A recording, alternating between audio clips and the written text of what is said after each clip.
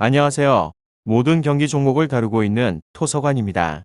하루도 빠지지 않고 많은 경기들의 조합픽을 프리미엄 정보방에서 매일 공유하고 있습니다. 참여를 원하시는 분들은 영상 하단 댓글 보시면 오픈 채팅 링크 있으니 문의 주시길 바라며 구독과 좋아요 한 번씩 부탁드리겠습니다. 그럼 이번 경기 정보 시작하겠습니다. 오늘은 제주 유나이티드, 울산현대, 부천FC, 서울이랜드 축구에 대해서 알아보도록 하겠습니다. 우선적으로 제주리그에서는 3위로 승무 최근 팀 성적은 꽤나 좋은 편입니다. 직전에 대구전 0대0 무승부를 포함을 하여서 최근 6경기에서 패배가 없습니다. 3승 3무 다만 무승부 비율이 다소 높다는 점이 아쉽습니다. 이 기간 따낸 3승 중 2골차 이상의 승리는 초반 부진한 전북을 상대로 한 경기뿐입니다. 더군다나 서울전은 상대가 대부분 코로나로 빠져 있었음에도 한 골차의 신승이었고 직전의 대구전은 상대의 에이스인 세징야가 빠졌음에도 승리를 따내지 못했습니다. 성적과는 별개로 경기 내용적으로는 아쉬움이 많이 따릅니다. 현재 가장 큰 문제는 측면 공격의 핵심인 정우재와 안현범이 모두 코로나로 빠졌다는 점입니다. 직전 경기도 이로 인해서 측면 공격력이 크게 저하가 되었고 공격 상황에서 제르소에 대한 의존도가 더더욱 증가할 수밖에 없는 상황입니다. 이로 인해서 역습의 패턴이 상당히 단조로워질 수밖에 없습니다. 상대가 제르소를 집중적으로 견제를 하면 공격은 확실히 답답해질 것 같습니다. 다음으로 울산 리그에서는 1위로 승승승승무 초반 팀 분위기는 매우 좋은 편입니다. 물론 직전 인천전 1대1 무승부가 아쉽긴 하지만 그 이전 6경기에서는 6연승을 기록한 팀입니다. 더불어서 초반 8경기에서 단 1번도 패배가 없습니다. 6승2무로 초반부터 코로나, 국대 차출 등 여러 문제들이 발생했지만 큰 위기 없이 이 문제들을 잘 넘어갔습니다.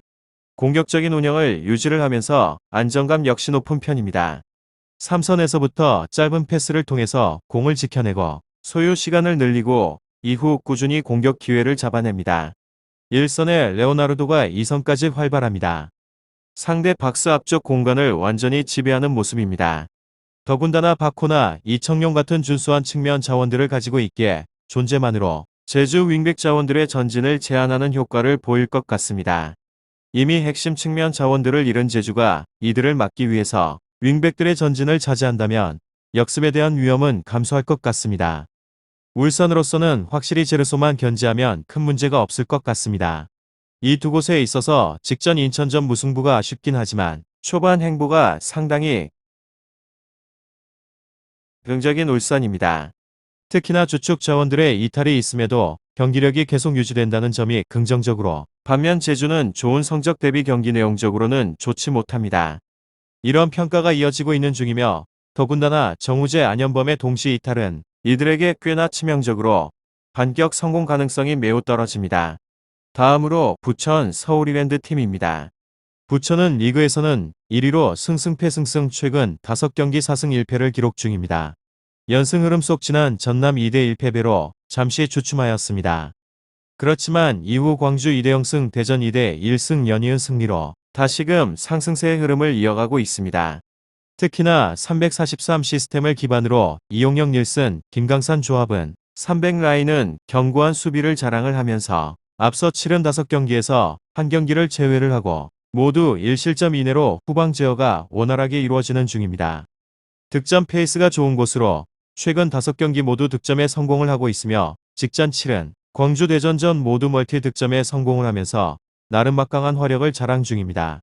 특히나 직전 대전 2대1승 전에서는 팀이 시도한 전체 슈팅 11회 중 절반 이상인 54.5% 6회가 유효한 슈팅으로 연결됐을 정도입니다.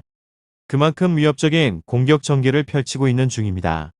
활발한 공격 전개로 꾸준히 득점에 성공을 하고 있다는 점을 고려했을 때 충분히 득점을 기대할 수 있는 전력입니다. 다음으로 서울이랜드 리그에서는 5위로 무패무무 처참한 경기력의 연속입니다. 최근 5경기 3무 1패를 기록 중입니다. 좀처럼 승리를 하지 못하며 승점 3점 확보에 어려움을 겪고 있습니다. 수비 위주의 경기 운영으로 직전 3경기단 1실점만을 허용을 하고 있는 상황으로 나름 실점 최소화가 잘 이루어지고 있으나 막강한 화력을 자랑하는 부천 리그왕 위를 상대로 무실점을 기대를 하기는 어려울 것으로 예상을 해봅니다. 득점을 기대하기 어려운 전력으로 최근 5경기 중에서 두 경기에서 득점에 성공을 하지 못하며 무득점에 그쳤습니다.